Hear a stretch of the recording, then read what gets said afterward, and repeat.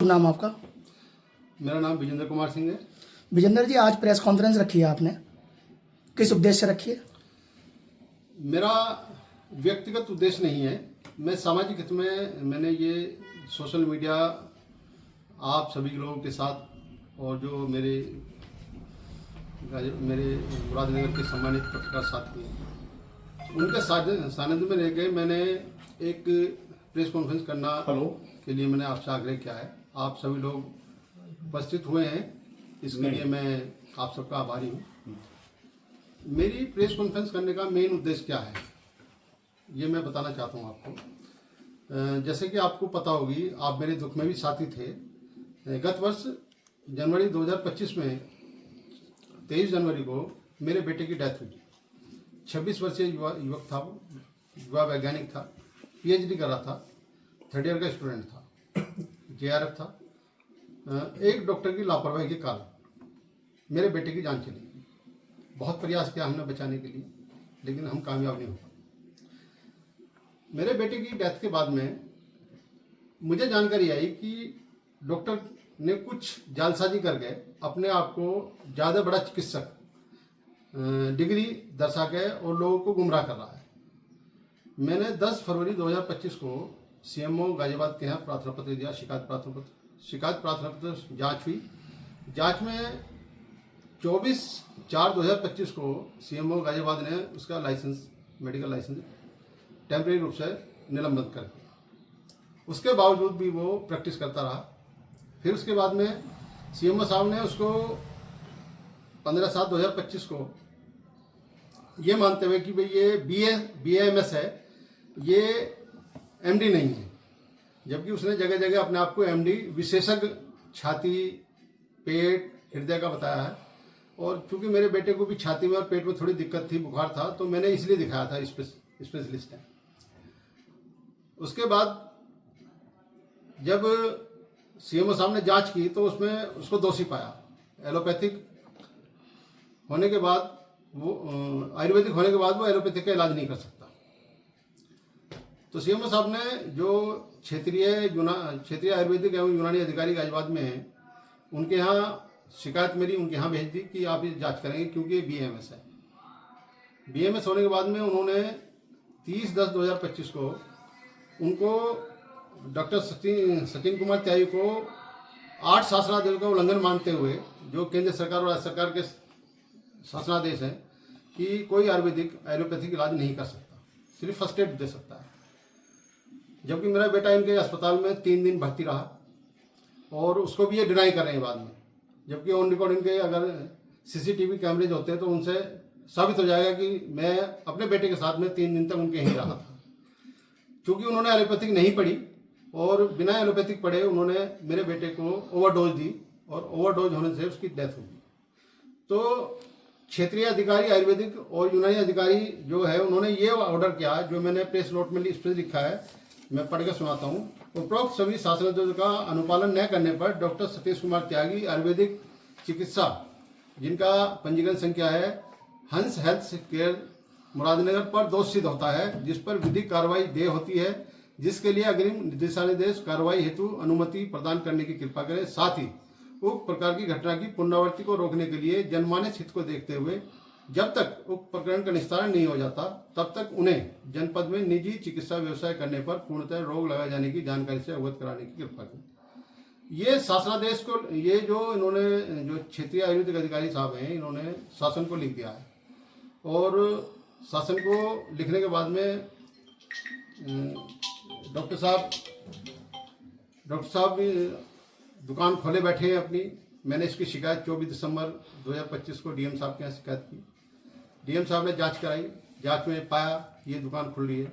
तो DM साहब ने 2 फरवरी को इनके खिलाफ एक सील करने के लिए एक टीम गठित की है और आदेश जारी कर दिए कि ये जिले में वे चिकित्सा व्यवसाय नहीं कर सकते।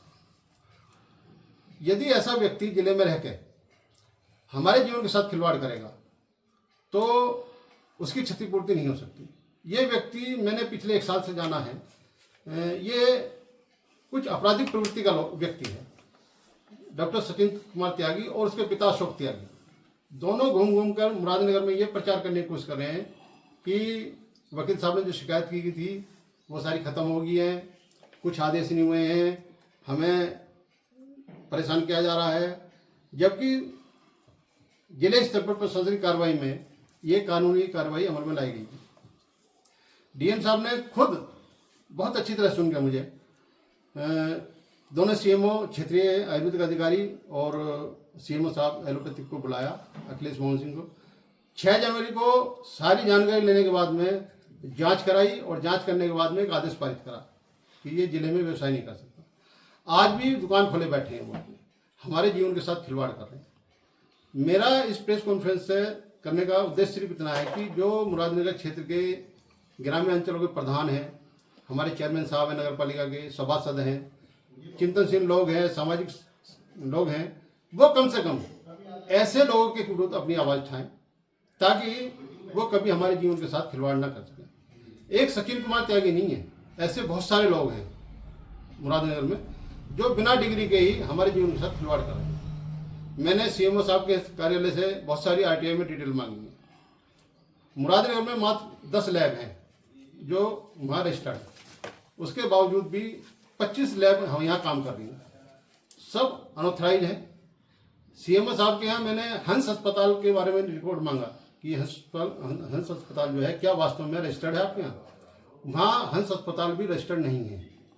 सचिन कुमार त्यागी ने अपने आप को बचाने के लिए जो हंस अस्पताल का सेटअप तैयार कर रखा था वो सारा हटा दिया और एलोपैथिक का इलाज कर रहा था, जीवन के साथ खिलवाड़ कर रहा था और अब भी कर रहा है। और कुछ लोगों को साथ लेके जो असामाजिक तत्व लोग हैं उसके साथ में कुछ चंद लोग, उनको लेके वो एक माहौल बिगाड़ने की कोशिश कर रहा है। तो मेरा आप लोगों से अनुरोध ये है कि आप मेरा साथ दें, आपके माध्यम से मैं लोगों तक अपनी बात पहुंचाऊं ताकि किसी के परिवार के साथ ऐसी पीड़ा उठानी ना पड़े। ये तो मेरा दुख का कारण है। एक मेरी छोटी खुशी के साथ में बहुत बड़ा दुख ये बताता हूँ मैं आपको, जो मैंने प्रेस नोट के साथ लगाया। मेरे बेटे की जो रिसर्च है वो आज के टाइम में जो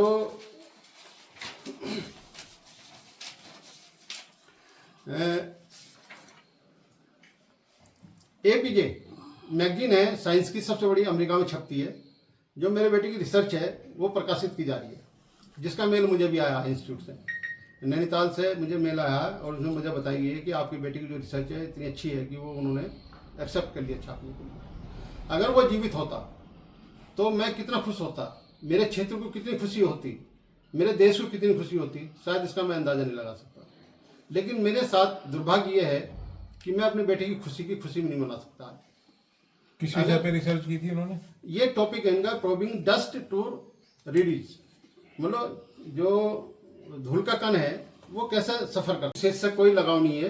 हर वो डॉक्टर जो फर्जी है, मेरा उनसे ऐसे चिकित्सा तो बहुत मैंने सबकी डिटेल मांगी है, सबकी डिटेल मांगी है। जेएम साहब ने आदेश कराया है सील करने के लिए, तो उसमें क्या कार्रवाई अब तक हुई है? आप क्या दुकान खोले बैठा हो तक? उसमें डीएम साहब ने 3 आदमी को अपॉइंट किया है इसमें। कौन कौन है? उन्होंने जिनको एसआईआर में ड्यूटी लग रही है, थोड़ी व्यस्तता है। दूसरे यूनानी अधिकारी हैं गाजियाबाद के और थाना अध्यक्ष मुरादनगर। अच्छा। इनको चिट्ठी आ चुकी है, ये 2 फरवरी 2026 की। ये मैं आपके सामने दे रहा हूँ, आपके फोटो सबूत।